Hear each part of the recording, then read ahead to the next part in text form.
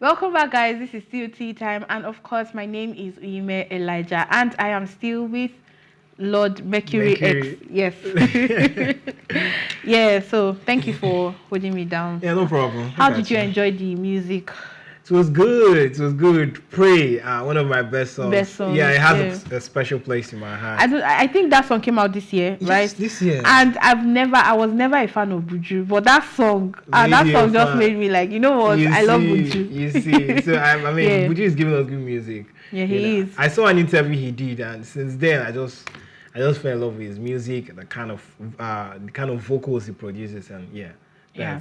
Okay, so there's this particular story that has been trending online, and I think okay, let me read this because I don't know if I should say I'm kind of irritated by it, the way people act and all. Now, an Ireland-based Nigerian engineer has narrated how a former classmate single-shamed her after she posted a nice photo of herself on WhatsApp. Now, she said, "I posted a nice photo of myself on WhatsApp. A classmate of mine who is married with 2 kids viewed my status and immediately posted, 'You are not going to be young forever. A woman's value is tied to her family and husband. Make the right choice,' she tweeted on Monday. Now, she said, 'I have been nothing but supportive since she got married and even called her to congratulate her when she went to bed. So I don't know where this is coming from. LOL, people are strange indeed.'" This is honestly really, really very shady. It's just how our society just wants to stigmatize women. Like, it is the fact that you got married does not mean another person should get married. You get it works for you, good for you, but don't make it an issue. Don't make it a problem for someone. And I think this happens a lot on WhatsApp. We have people who they don't text you, they don't call you, they don't nothing. They just view your status. You get, and immediately you drop a picture of yourself, they come running to your DM. Chairman, how are you? And you now get fine. Do you get? And some of them will making money. And some of them will even put and some of them will even put a sarcastic comment to your picture. And you're like, okay, where is this coming from? And the worst of it all is they will not ask you for do you have this? Do you have that? I need this. And when you don't give, they become you look like a bad person. And you become, how will I put it? They will start giving you attitude, this self-entitled this thing character. Yeah. What do you think about this story? I feel like, as you said, is so unnecessary, you know. Especially with the people that actually go on, that thing has happened to me before several times. I'll post important things on my status that I feel like, okay, it would help people. Nobody will say anything. You just pass. Let me just post one picture of myself. Fresh guy. Hey, see us, you're just fresh. What's your skincare routine? Yeah. What is this? What is that? You're already making money. Boss, show me love. This, brother. Seriously, some people will not even call or even text you, say, what's up now? I've not heard from you. What's up? How are you doing? You know, how are you surviving? How is life going with you? You know, and all those things. But when you post a picture of yourself and they're so I feel like some people have this sense of entitlement that is so annoying. I mean, it's my life. Yes, they feel like they can just, Yes, I mean, ask you to do. We didn't come into this world together. I have my life to live. If you want to get married at 21, do whatever pleases you.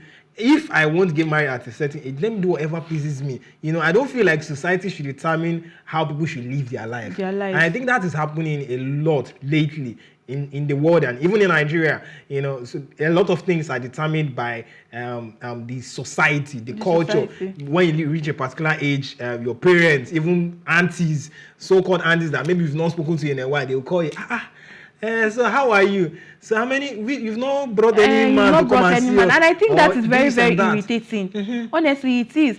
I went out with my mom one time, and there were some group of women seated, and a young girl passed. If that girl tells you that she's 32, you would not believe because the way she looks like 25, 24.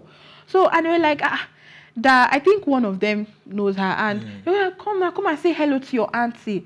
And she came and like, the next thing was, you're not getting any younger. When are you going? And I could see the irritation in her face. So I just feel like we should really stop it. Yes. Like we should please. stop it. All those aunties, maybe the ones from the village, all Even those ones, friends, like please, just stop yes, it. friends too. Mind your please. business, actually. Mind your business. And It's their life. yeah, this particular thing happened to me, but not in getting married of a thing. I posted a picture and a classmate of mine, someone that classmate, not even classmate, someone that we don't talk on a normal, even when we were in school, we were not even pals.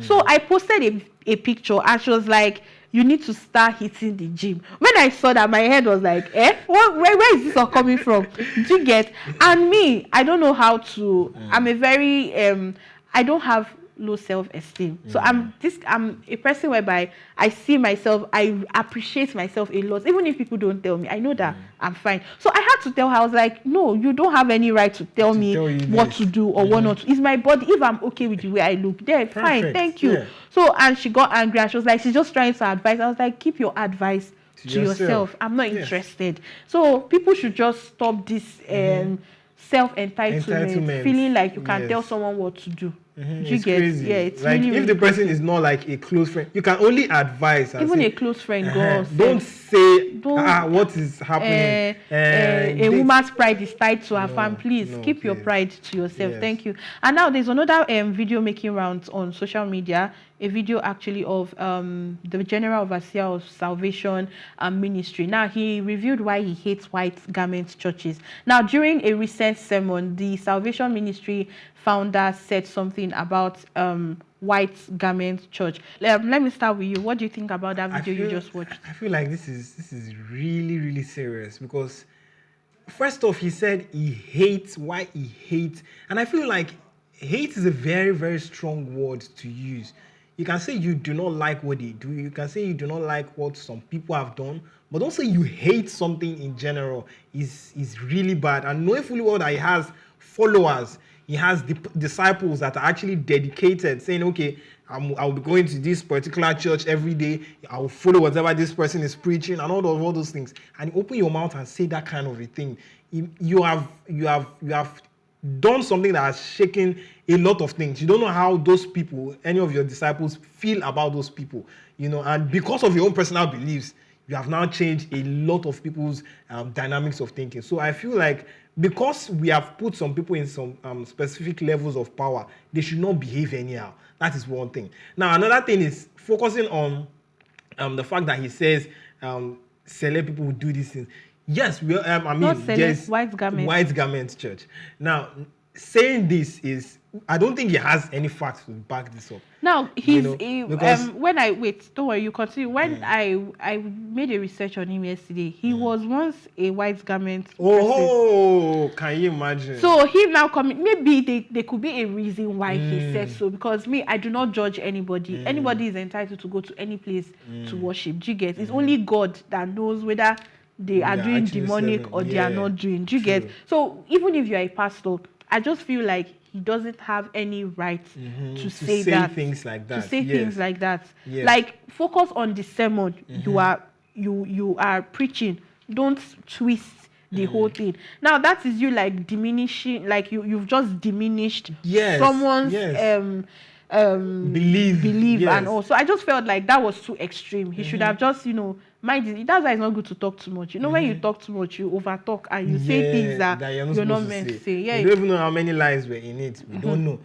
So I believe that people that actually attend that particular church now, or that particular kind of church, will now see him in a certain light, which is not supposed to be so. Now, being a pastor, being a religious leader, putting yourself in that kind of pedestal, you are an authority. You have people that you control. You have people that you influence over. So the kind of things you say, the kind of things you come out to say, should not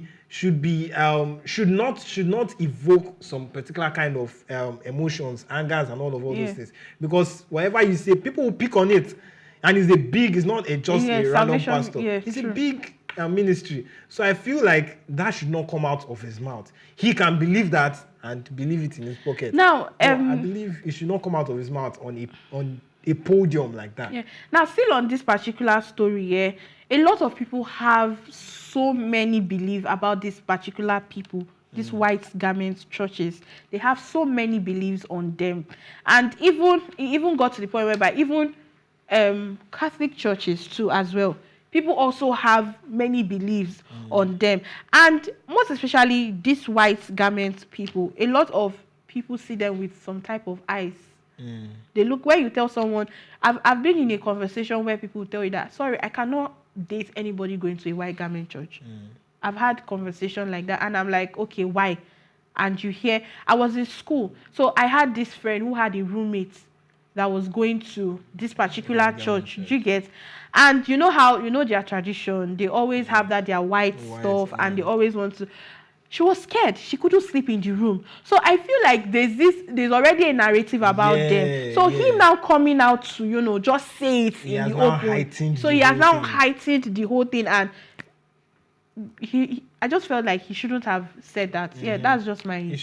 I feel like he shouldn't have to, because now it has for people that don't even know so much about them. It has not giving them something to believe about them, and it's not good. Yeah.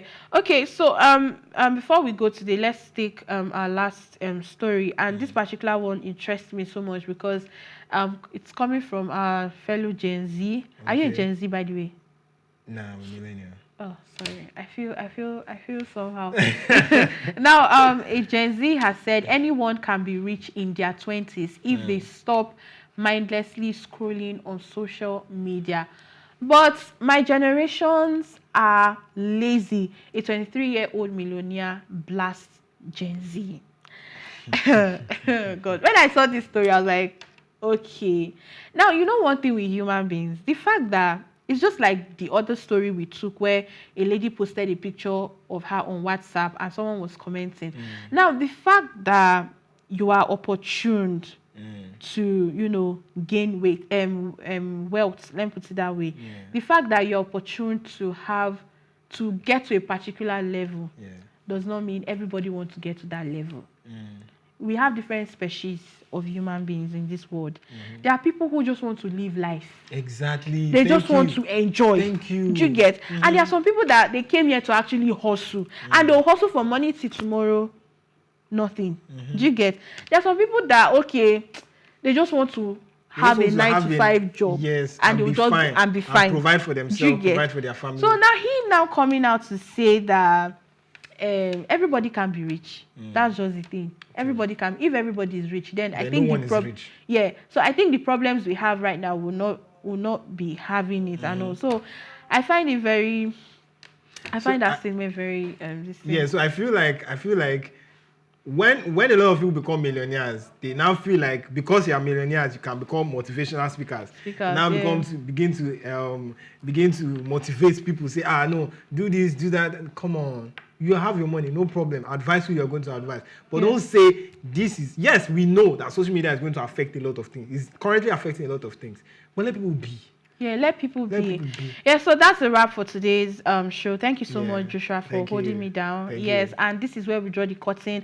As always, thank you for watching and join the conversation on social media with the hashtag #TeaTime. And remember, you can catch up on all our previous episodes, including this very one, and all our exclusive content by subscribing to our YouTube channel at PlusTvAfrica Lifestyle. You can watch Tea Time on R2 TV and in London on Ben Television, and on DSTV channel 408 and on Star Times channel 308. A very big thank you goes to my uncle. Like I said earlier, thank you so much. God bless you.